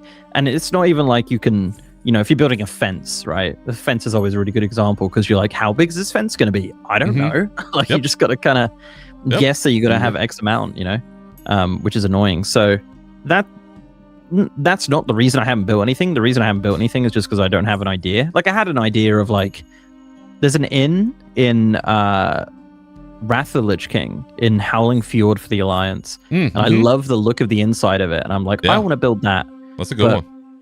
Blizzard haven't put any decor really beyond like maybe 3 things into Wrath or Burning Crusade. So I'm kind of waiting for them to do a pass of that. Yeah. And then when they do that, maybe I'll think about it. But it's yeah, it's an interesting one that I don't know. Maybe one day I'll be like, hey, let's go build some stuff. But I still don't really see the point in it. But that's fine. It's optional. Like, I like collecting decor though. Like, I like doing that, similar to collecting transmog or whatever. And it's like, normally it's 100% drop rate off stuff, and then you can buy it for X currency. But it's a weird one. I don't hate it. Like, it's a meme in my community that I hate housing, and I keep getting invited to all these housing events. It's trying to convert you. I don't hate it. I think again, this is like why I ended up going to Fallout to scratch the itch, because Fallout's houses in Fallout 4, even in Fallout 4, which is a single player game, and then Fallout 76, they have a lot of purpose and functionality. Like, if you like in Fallout 76, like, you can set up your little farm and then use the materials to create adhesive, you know, mats and stuff for crafting. Or like, you can set up the vendor and then generate passive income from people coming to buy, you know, stuff that you've crafted or stuff you've scavenged that you don't need, like plans and stuff like that. I think for the way Fallout approached it, for all the hate that Fallout 76 did get in the early days, they really developed their housing mechanics. Like, I remember when they added the vendors, and it was like I really see what they're going for now with this stuff. But I suppose it'll WoW housing will probably follow, I would hope, a similar sort of trajectory, where it's like, let's get the foundation, foundation, because it's housing. Let's get the foundation in first, and then let's expand on it in the coming months or years ahead. I do kind of see it as this, hopefully at least, it's going to be like this pillar feature which hopefully doesn't get abandoned in the same way. I kind of feel like they've to some degree abandoned PvP. I kind of feel, well, they've officially abandoned pet battles. I hope that housing doesn't go down the same route, because obviously, like, I do think it's got a ton of potential, especially if we talk about things like, can I make a vendor? Can I have NPCs? Can I make a little farm to maybe farm some extra mats? And, you know, even if it's like really soft functionality, I think even like some light functionality from a gameplay perspective beyond simple aesthetics would really enhance it. But I don't know. Yeah, we'll see what happens. It's evergreen. They did a recent interview with PC Gamer that had like tons of stuff where they were talking about like all these ideas they have. They got a roadmap coming out, so you'd like to hope so. I do feel like when it launched, people were super crazy about it. It's kind of teetered off now, but I think the people that did want it and do enjoy it absolutely love it, whereas your casual folk just kind of built their whatever and then carried on complaining about add-ons or something. I don't know, but like yeah, it's definitely kind of waned a little bit, I think, as it's settled in. But it's clear in every interview, I think, that we've seen, going back to, I think, one we mentioned some time ago, or I think Holly talked about, like, decades that they foresee that this thing is going to be, you know, around. And that speaks, I think, a lot to what you're saying, Jez, and that it will evolve. Like, what we have now, you know, we're going to look back on it 5 years back. Remember when we couldn't do this? Remember when we didn't have that, or whatever it was? They're going to continue to improve on it. They seem really open to community suggestions, like even simple things like, I want to be able to lift my house off the ground. we weren't going to let you do that, but you guys think it's cool and you're doing cool shit, so we'll let you keep doing it. Like, Yeah. That seems to me to be the right attitude to have for something like this. If it really is just about us and self-expression and seeing, I was just looking on the WoW Housing subreddit, and there's somebody that's posting like art, like they're doing art in the house, and yes, I saw this. Like it's insane. Yeah, they make it with shelves or something. Is that true? Is that what it is? Like that's what I heard. Yeah, I saw all kinds of things. Like I saw someone using like apples, basically like pixels to draw things. Crazy. Some people are just so crazy. It's like another thing like I speculated about with this housing stuff is now they've got this kind of system down. It lays the groundwork for letting people make their own dungeons, their own quests. And they're basically like they're probably looking at some of these creations and like these guys probably should have ended up in a career as level designers and things like that. Because I really do think this whole sort of mentality around user-generated content is what's driving growth in games like Roblox and Fortnite, and the little kids that are sort of aging up. They grew up with Minecraft, and they're looking for like what's the next generation of Minecraft kind of thing. And it's like a game like Roblox, which really lets you create full-blown games relatively easily. I do think this again is probably forming the basis of that kind of move someday, but that's just my conspiracy theory. It'd be interesting to see where it goes. I was going to age myself, but also like I didn't want to trigger you. I was going to say Little Big Planet, but it's a PlayStation thing. No, I played that back in the day. There's also like Microsoft had one called what was it called now? Project Spark, I think it was called, which is similar to Little Big Planet.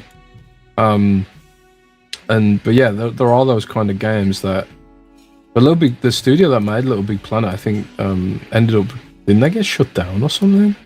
So they're actually based in Guildford, which is where I'm from. Is it Media Molecule? Media Molecule, yeah, they got consumed by PlayStation Studios, I think. Yeah, I don't know if it's still there though. Yeah, I can't remember what I read. I read something about Media Molecule. Either they downsized or Little Big Planet was shelved or something like that. Mm-hmm. But it's a shame though, because Little Big Planet is exactly like the sort of basics of Roblox is there in Little Big Planet from years ago. Mm-hmm. It's just like the PS3 Little Big Planet came out on, I think. Something like that, yeah. They made a few of them as well, and then it kind of died a death.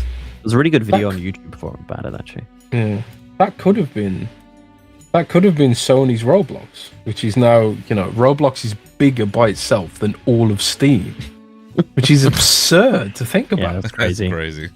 Yeah, and these gaming companies think about that kind of thing. It's like, God, how can we compete with Roblox and shit? Yeah, player housing, man. Kill off Little Big Planet. Player housing. Yeah. Player housing. Yeah, let's go make games and player housing. It's doable though. I mean, you could get to that point. User generated content is big. It's hot right now. Yeah. We create. In Fallout 76, people make those. I don't know if you've seen in Fallout 76, people make those trap rooms where they abuse the collision mechanics, and you walk into a house, you think you're getting a shop or a vendor, and then you fall through the floor, and there's like, now it's like a gauntlet or a puzzle room that you have to escape from, and it wasn't designed to support that, but people have kind of abused the mechanics to make features like that, and use the lettering to make people solve puzzles to get out of the rooms and things like that. And then Bethesda leaned into it and started adding actual traps and spikes and that kind of thing. So, it is we'll see how it goes, man. But just give me more goblin pieces, man. That's what I really want. I don't care. You gotta farm loads of undermine. Dark Fuse rep. Get your resonance crystals and buy it all up. I'm curious to see how that evolves and gets a little bit more friendly, because I know going and trying to get anything like in the Battle for Azeroth stuff, it's just getting resources out of there is very difficult in order to have enough to purchase anything in Boralus. So it's there's going to be some tweaks, I'm sure, but yeah, for folks listening, Endeavors will be going live to get back to that point. See how that works out. Should help your leveling. There's going to be a few of them. Again, our man here is putting out videos, so go check those out. On top of that, we do have class redesigns or different ability designs. There's a whole makeover happening for the classes out there, and I'm sure there'll be varying levels of disgruntlement happening with that. I read the Fury stuff. I don't know what any of that means because I'm not smart enough to know, and I don't have to know. Feels great. I played on beta. I like it. Yeah. Good. That's all. That's all. You can also transmog one-handers into two-handers. And that there is the MVP of it all. Thank you for bringing that up. At long last, brother Navox, if you're listening to this, we will finally be able to use all that fabulous one-handed transmog that we've been sitting on for years and years and years because single-minded Fury was bullshit. Nobody really wanted to do that. Titan's Grip is where it's at forever, and if you ever say otherwise, just throw yourself out a window. That is the biggest, greatest change, probably. To answer your question from 15 minutes ago, that might be the biggest thing of all, is finally being able to do that.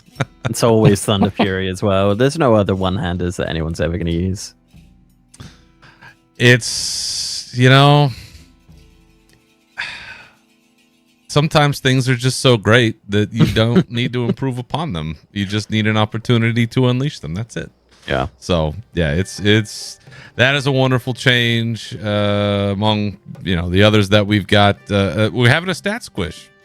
Once it gets stat squish time, that's always fun. Probably get a dungeon or raid or 3 that the scaling doesn't work out and you're getting just absolutely hammered on because whatever it wasn't right.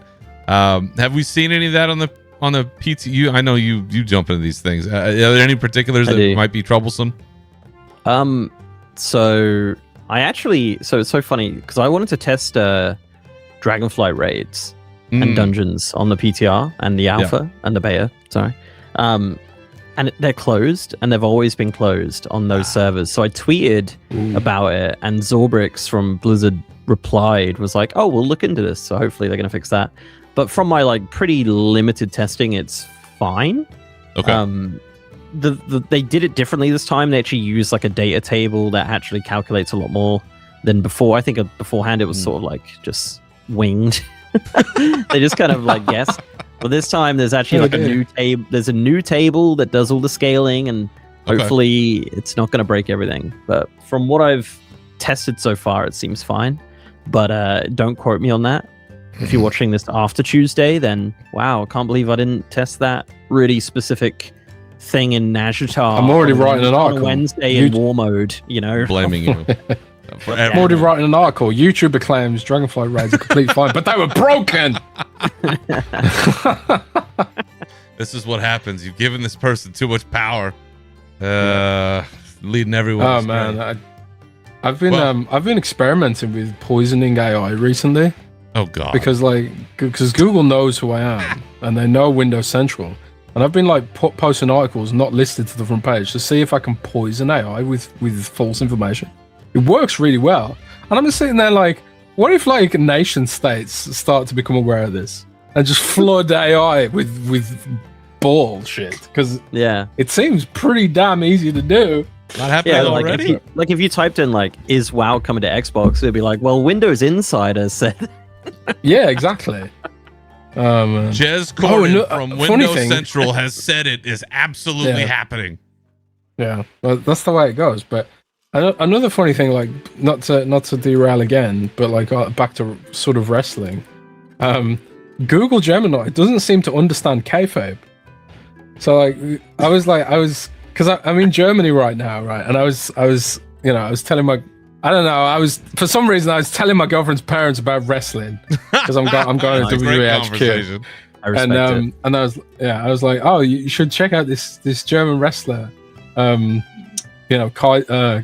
Kaiser, right? Oh, but he's like Grande Americano. He's El Grande Americano right now. Wait, what? I was, yeah, exactly. I was searching him up, and Google Gemini says, no, Ludwig Kaiser is not El Grande Americano. He denied it in an interview. Way. It's like Gilga Gemini just doesn't understand like the kayfabe shit, and I was just like, that is That's so awesome. funny. Oh, He's Jesus. just too good, man. Gemini's in on it. Yeah. That has to be the greatest Oh, character maybe, we yeah. have ever. That's actually incredible. Oh, that's crazy. Well, I guess it's helping him preserve the gimmick. I mean, that, you know. Anyway, Unreal Season 2 coming out next week, guys. Oh, Jesus. All right, let's see further. What'd you think of Season 1? I thought it was fine. It still felt very scripted. It did. I'm not convinced. I mean, obviously there were parts, but some of it was still a bit like, I don't know. There's no way. I think anything that involves The Rock has a very structured nature to it. Like it's very tightly controlled. Personalities like that, there's very little. You know what I mentioned earlier, like when you meet people and like some people are genuine and some people are not. That is someone who has a very carefully crafted, controlled image. And anything related to him is going to be microscoped to death, because we know how, like WrestleMania 40, how that whole thing came together, and fans turned on everything that they were trying to do, and they're like, oh, no, it was the plan from the start. Yeah, that was the plan. Yeah, what do you mean? There's no way. There's absolutely no way. And the way that like the John Cena heel turn got handled, because, well, I guess we have to change plans on a dime because somebody's not going to be around that really probably needed to be around to make. I mean, John even said that afterwards now, hadn't he? He did an interview with, was it Chris he did it with? He was the Chris Van Vliet interview. He did one with him, but I know he also he was on Cody's. Oh, it was Cody. That's who he was talking about it. That's right. They were doing it at the Nightmare Factory. They both talked about it and political about it to a degree, but yeah. Well, it's a Fanatics and WWE production, of course. They got to be can't be too in the trenches. No. Yeah, I like Chris Van Vliet a lot. He's great. Yeah, he's awesome. He's phenomenal. He's a wonderful example, I think, of how to kind of be in any sort of space like this. Like, just super knowledgeable, really agreeable. And you see some of these interviews are a little more difficult, I think, than others. And like I was surprised, because I've been a Steve Austin fan since 96, so longer than probably either of you have been alive, I think. But you know, I've been a fan of his forever.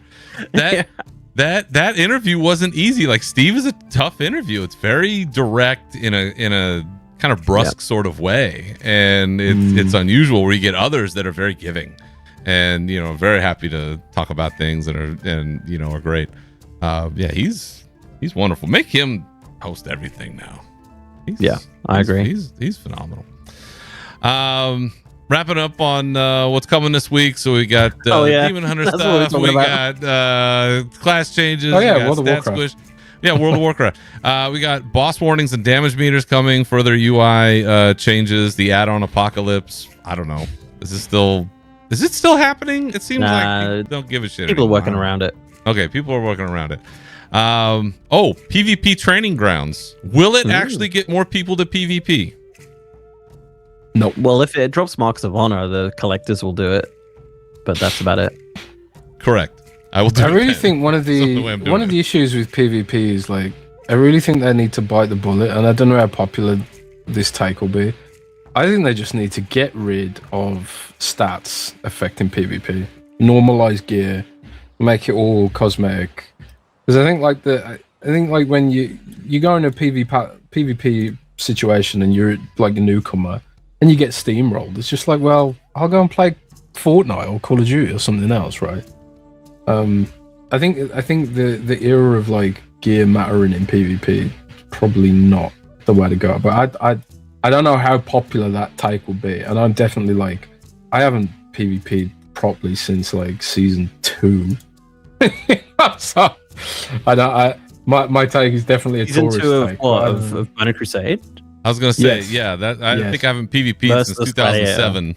Yeah, rogue mage priest, man. It's it is scaled, I think. Yeah, but it shouldn't be. But in like, It should just be fully normalized. Yeah. Oh, everyone has like the same. Yeah. Everyone like no matter what your gear is, everyone should have the same stats. So it's just skill and skill alone. Yeah. Skill, skill alone. Yeah. Well, that could be something. Well, we got that coming. We'll see if maybe that does anything for PvP. Last thing before we get to our last bit here. Does a pre-expansion event matter anymore? Should we just give up hope for anything that's consequential, or is it just here's some catch-up gear and a thing that's happening and a loose story tie-in? Something to do. Something to do. All right. There will never be. Everybody wants the not the burning crusade, the wrath. Big heavy shit happening. That's never gonna happen again. Wins a mysterious fortune. Do we have a final percentage on how big that's helping? They've been very coy. It's going to be 50 probably on reps, and 50%. Then whatever on XP. Okay. I think it's the same on XP. They've been really weird about that. Why? Really weird. Well, they showed it in the video that it was 50%, but then so when I think it was 2.7 maybe, or they announced 2.7. Yeah, it was supposed to be 2.7. And it was going to be on there. And then they were like, whoopsie, didn't mean to do that. So then they just removed it and it never happened. But that's when they made that change to the reps. So maybe they were just like, oh, we'll just dump it in 12.0. There was no, weird. It's not even on the calendar on the PTR. No one knew it was coming until they said it. So odd. It's so weird. Well, that's what you got coming this week. That's what you got coming this week in a nutshell, and some wrestling. And some other things. Go watch Monday Night Raw. That'll get you set up. It's in Belfast. It's at a nice time for us. It's so great. Yeah, you got a good main event. About that. Fergal, I think, is in the main event. It's going to be a good one. So I'm a week behind at the minute. I need to catch up. Well, I'm not going to say nothing more then. So there we are. It's again kind of back to the top. It's not the most exciting pre-patch I think I've seen in a while, but we're on the road to midnight. Just a couple months away from full expansion launch. Then we can get rolling and save Silver Moon or not. See what that looks like in a few months. But curious to see community feedback from some of this stuff, because it does seem so benign that once it's live and there's more people jiving with this stuff, we'll see. But looking further ahead, so now we're looking at all of 2026. We've talked about in the past how this, at least on the calendar, the way things have been presented, it seems like it's going to be a huge year for us. Like I just mentioned, Midnight coming out, middle chapter of a trilogy. We have BlizzCon coming in September. We have assume some sort of Last Titan announcement, cinematic, something. StarCraft seems to be on the forefront. Jez, you had a nice write-up about this recently, where you, I think, kind of laid a lot of this. Oh man, I hated that so much. Like I was literally just speculating. I was like, in the press kit, they were like, there was like a StarCraft logo in the little coaster they sent out to press, right? And influencers. And I was like, maybe we'll see stuff. I got nothing. I got nothing. Did you not? See, okay, VIP club and the VIP. With the did you not get the Home Sweet Home cup thing? Oh yeah, I got that guy. Yeah, that came with a coaster for me. It's got some screws inside it. That's where I keep my screws. It came. I didn't get a coaster. You got a coaster? Oh man. Yeah, I got a coaster that fit perfect. It fits perfectly on the coaster, but the coaster's got like Overwatch, World of Warcraft. What's the other one they do?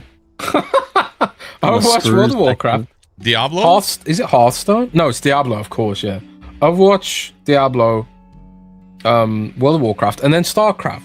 Ooh. There's a StarCraft logo on there. So it's like, and this was for BlizzCon 2026. And if it's got all four logos there, yeah, it's awesome. Was it somewhere in the box? Shit, I gotta get my box. I don't know. There's nothing. Yeah, is it under the? Yeah, I got a coaster, man. Under the foam? No. I think it was for only like people that are really, really important. Makes sense. I knew it. No, I don't know, but it's back in England. but it's got all 4 logos on. So in that article, I was speculating, like, because that they put all 4 logos on the press kit. I was like, it probably means that all 4 games are going to be represented, right? And then like some outlets were like, and some YouTubers and some influencers and some Instagram aggregates were like, Windows Insider confirms StarCraft's coming to BlizzCon 20. I was like, oh, for fuck's sake. But yeah, but it does seem like this year's, it's going to be a big one, I think, this year. I think it's always on the logo most of the time. Yeah, maybe. But it ties in with like some of the reports about the third-person shooter, because Bloomberg reported the third-person shooter originally, and then I confirmed that my sources gave me a look at it as well. I've actually seen it. I wish I had sources. Yeah, well, that's cool. It's a cool thing to have. Coasters and sources, Jesus. Coasters and sources. I didn't know who I was doing the show with. Did you say you yeah, I've done the whole journalism thing, But it's if you enjoyed Warhammer 40k Space Marine, it's sort of, to me, it looked like in that vein. You play a Terra Marine blasting the Zerg. It looked really, really good. I don't know if it's ready enough to show off at BlizzCon, but it does feel like this BlizzCon they're going hard. I heard the budget for this BlizzCon is like astronomically big.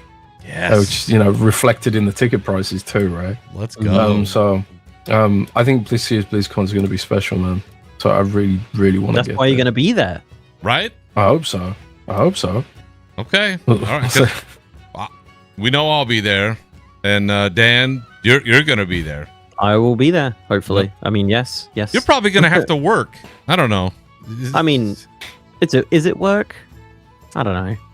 You might have an assignment. I don't know if it's work, but I when you're up on stage, can I just yell my questions?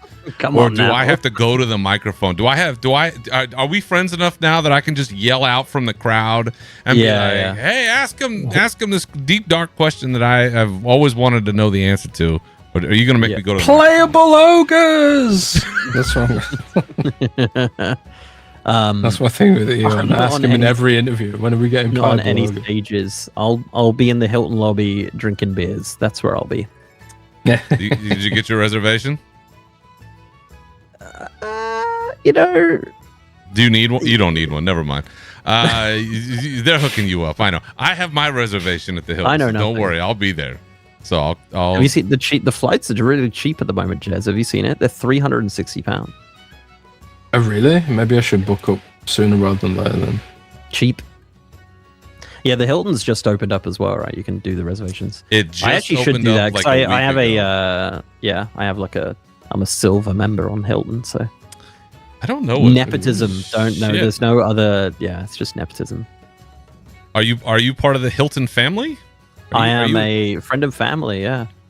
Jeez. I used to get it through my old. I used to get it from my old work because they were a sponsor, but now I get it through a friend who works there, and she put me on the list. Oh, it's very handy. Shit. Well, I'm coming to you next. Next time I'm agonizing. There, so next time I'm agonizing over it. Oh man. Well, good. At least we'll have one other person we know. But Jez, here, listen. I got somebody here from your own side of the world here, trying to, It's only 11 hours. You can do it, bro. Yeah, I need to buck up, man. I believe in you. There's Wi-Fi on the flight. It's great. Yeah, I've done Summer Game Fest. So I tacos, Jez. Tacos. I'm not unfamiliar with it. But I've never done BlizzCon, but I have been present at BlizzCon before, remotely. My band was played at BlizzCon 1, in the Blizzard Original Song Contest. And I lost. What was the song? But I won. It's called LFG UBRS, and it is on YouTube. And it's a terrible song, and it's a true story about a warrior. Ninja looting my devout priest shoulders. Oh my god. And I submitted that in the BlizzCon Original Song Contest. I wrote it when I was like 17 or something. and they played it for John Davis of Korn, who said it was meh. It sounds like Korn. Huh? Wait, yeah, this is you, artist. No. Your name's right there. Yeah. It was John Davis from Korn was the judge at BlizzCon. And he gave it a meh. He gave it a meh. Hey, at least he didn't give it it's dog shit. Yeah, no. Could be worse. That was my claim to fame. At the time, I was like, "This don't get better than this." It's got 10K views. It was nostalgic for people back then. Pretty good. It was on the forum, man. Jazz, I learn something new about you every day. I never told that story. No, you're an enigma, man. That's amazing. That should be the outro song to this podcast. I'm gonna pull that shit up. No, we'll pull that up later. It's not a good song. I was a teenager. We're definitely gonna have a viewing of this next time. There's gonna be a full historical documentation of this. I was also listening to a lot of Tenacious D at the time. So yeah, of course. I was really trying to channel Jack Black and failing miserably at it. Is it like a cover of Master Exploder? Is it like that kind of vibe? No, quite. I believe you could do that. I believe you could do that. Yeah, you could. Yeah, I could see it. Anything else that I think we've got coming up for 2026 that we're looking forward to? I know Johanna Ferry said it was going to be big, but is there anything I'm leaving out? Anything I'm missing out? Anything else we got on the horizon? I like Classic Plus quite a lot, so I'm kind of looking forward to seeing whatever they're cooking up with that. What is that? I'm a bit out of the loop on. Where's the insiders? Come on, you've seen the StarCraft. Why are you not looking at the patch 1.60 stuff? He has very specific taste. I have to do like I just done an article about Xbox cloud gaming. So I'm just like, I'm doing a little bit of everything, Did you see WoW while you were looking at that cloud? Well, this is the weird thing about WoW and like coming to console, because I also had a report that was like the next Xbox will be able to run. The next Xbox is running Windows, right? It's full Windows PC, but with an Xbox, Xbox compatibility layer. And Wowhead put out an article based on my report that were like, Windows Insider confirms that the next Xbox will run World of Warcraft. It was like, that is not what I said. No, I just said it's going to be a Windows. It's going to be a PC like anything else, But yeah, that was certainly one of the funniest things. People couldn't get their head around the fact that, like, because I think I did a tweet as well saying like the next Xbox can run Paint. It's like literally the same sort of like it's the same thing, right? It could run Windows 3 like fucking exactly Excel exactly. But it's I did hear at one point that they did have a small team at Blizzard that were like, can we actually make this work on console? And it eventually evolved to be less like, can we make this work on console, and then like more, can we make this work on controller? Because I do think they really want to find new audiences, and there's still a significant amount of people on PlayStation and Xbox and Nintendo Switch even. I think WoW could be like find a good audience on Steam. It's already got a good audience on Steam Deck with console port add-on and things like that. Sure does. So I do think that's something they want to explore, but it's like, I think they do need the openness of PC to make a lot of aspects of it work properly, which is probably why they're just like, we'll just add controller support and maybe not bring it to console. Because PC is just becoming so PC is growing way faster than console now. Yeah. It's probably not even worth bothering doing. Because I think everyone's going to end up on PC eventually, especially the next Xbox being the PC as well. So we'll see how those component costs factor into that. Oh yeah, the RAM thing, RAM and everything else. Yeah. Windows. Sorry, I was just saying, like, World of Warcraft's on NVIDIA GeForce now, so that is correct. Yeah, there's no reason why, and Xbox Cloud Gaming supports mouse and keyboard now, so there's no reason why it won't be there too eventually, but we'll see, I guess. Mention it in an article and then people lose their minds. People were talking to me about it and I'm just like, they were like, why did they mention WoW? I'm like, because Jez plays WoW. Like, that's why he said it. Like, oh man, it's like, bro, I've got like 25,000 hours in this game. It's kind of my life, I don't I basically got this job as an excuse to put World of Warcraft on my tax return. It's the whole point of this. I do that too. big whale grifter. Shit, I gotta figure that out. Well, I'm just paying like a sucker. I'm not getting anything out of it. Well, I'm going the wrong way. All right. Well, I want to be sensitive to time for our guest here, but do you have time for a couple community questions before we get you out the door? Nah, we'll do it. Let's go all night. I could do this all day. Don't say that, because then we'll have this, after dark wrestling podcast, and then we'll never get out of here, and it'll be 5 a.m. First question, and this actually is a very apropos question for you. This comes from Sargeras on our Discord. Are you really a GM? No, I don't think so. There it is. I didn't think so. First. But I hate my name, so it's too late now. It is way too late. It's way too late. You're this is gonna be on your tombstone. I mean, it's just. Hope not. You'll be immortal. Don't worry about it. But you're stuck now. All right. Coming up next, this is from Ali on our Discord, Ali Andres K. She also is a co-host of the Live Laugh Lore World of Warcraft podcast, friend of the show and friend of mine. First, wants to thank you, sir, for your service to the community and especially to fellow content creators. First and foremost, because it's true, you do help a lot of folks, and you deserve to be recognized for that. First up, we kind of talked about this a little bit, but what are you most excited about for Midnight? On the content creator thing, I believe a rising tide lifts all ships, so it's always good to help everybody out. The Midnight thing, I was really excited for Prey, and then I played it, and then I got really sad that it wasn't all that.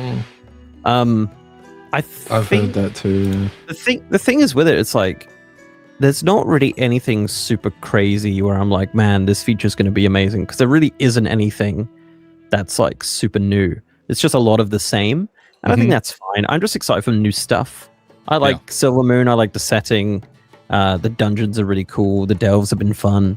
The raids seem interesting. I don't know too much about that, but a lot of evergreen changes, like the transmog stuff, is also, as you said, is huge. That's coming sooner rather than later. So yeah, it's just new stuff. Much like any other patch. I'm just excited to sort of fresh start, level 90. Gearing up, doing all that kind of stuff. There you go. It's great. New expansion. Second question for her is there one thing, or what is the one thing that you dream about Blizzard adding to housing? We talked about housing not being the sort of gem in your crown, but is there one thing that you dream about being added to it? I like the idea of having like NPCs and stuff in the house, and pets and mounts. I think they were talking about mounts, but NPCs would be crazy. Probably something like that, I would say, is up there. Maybe functionality as well, like a profession table. Yeah, that is a very popular request. Last question from our friend here. What do you enjoy most about making content for Warcraft, and maybe aside from editing your videos? Anything else you most enjoy? I feel like if a video can help someone or make them learn something new, then it was worth it. So I think informing the community in a way is nice, and that kind of comes back to the helping people, I guess. But yeah, I think just kind of seeing that reaction of people like, dude, this is a great video, or I learned this thing, and kind of that sort of instant feedback is really good. So probably that. Look at you. You're a real one. Two more questions for you. Both come from Slide Whistle on Discord. What are you maining in Midnight? So I was going to be a marksman hunter, but then they really did a number on it. So maybe still hunter, maybe survival, possibly, and maybe warrior, fury warrior.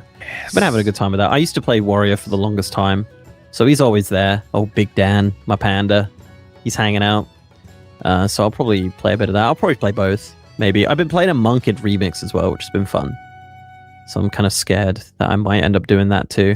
But I have like OCD with like characters. Like I like having all my reps there.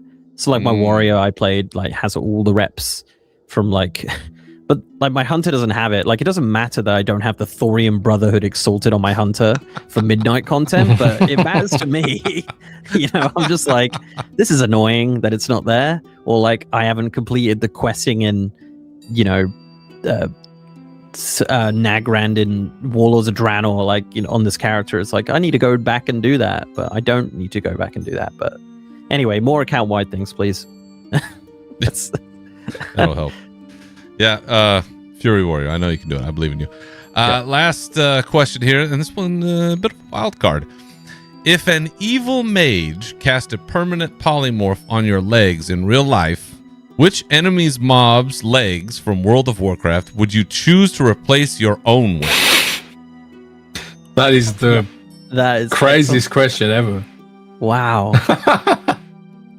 I mean, I'll be honest, it's probably the first time I've ever had to think about any sort of NPC's legs. Even Xalatats? Oh. I just want the feet though. Like, it's all about let's go with King Mechagon. There you go. There you go. You can get some work out of that. Some metal legs. Robot legs. Metal as fuck. That's tiny, that's how we do it. Tiny metal legs. Well, that is the exact kind of vibe I think that is a good one to end this episode on. So I think we've done enough damage for one episode. I want to thank you, sir, our guest, the esteemed Mr. GM, for stopping by and hanging out with us and dropping all of your knowledge and love onto the community here. And for those that somehow do not know, where can folks find you out on the internet? I'm over on the YouTubes. I'm over on the Twitch, Twitter, Blue Sky, Instagram, MySpace, Bebo. I'm around. Bebo. Just look up Mr. GM. It normally comes up. I'm trying to get my handle on some stuff because other people have it, and it makes me sad. But at the moment, I'm like Mr. GM YT on Twitter. I don't even know what my Blue Sky is. It's something or other. But anyway, yeah, just search it. It's a pretty unique name. I guess I'll probably pop up eventually. If you want to find me, I'll be there. Posting stuff repeatedly, I'm sure. There he is. And of course, for my partner in crime, where can the good people find you out on the internet, Jez? You can find me at jezcorden.com. And all the socials are there. It's just a list of socials. You have a website? What? Yeah, because why did I get a website? Because I got it for Blue Sky when there's like loads of hype for Blue Sky because you can have like your own URL as the name, and I didn't want jez.corden.bluesky.com, so I thought I'll just because I had the domain jezcorden.com. I thought I'll just attach it to that, and I was like, well, jezcorden.com's blank now.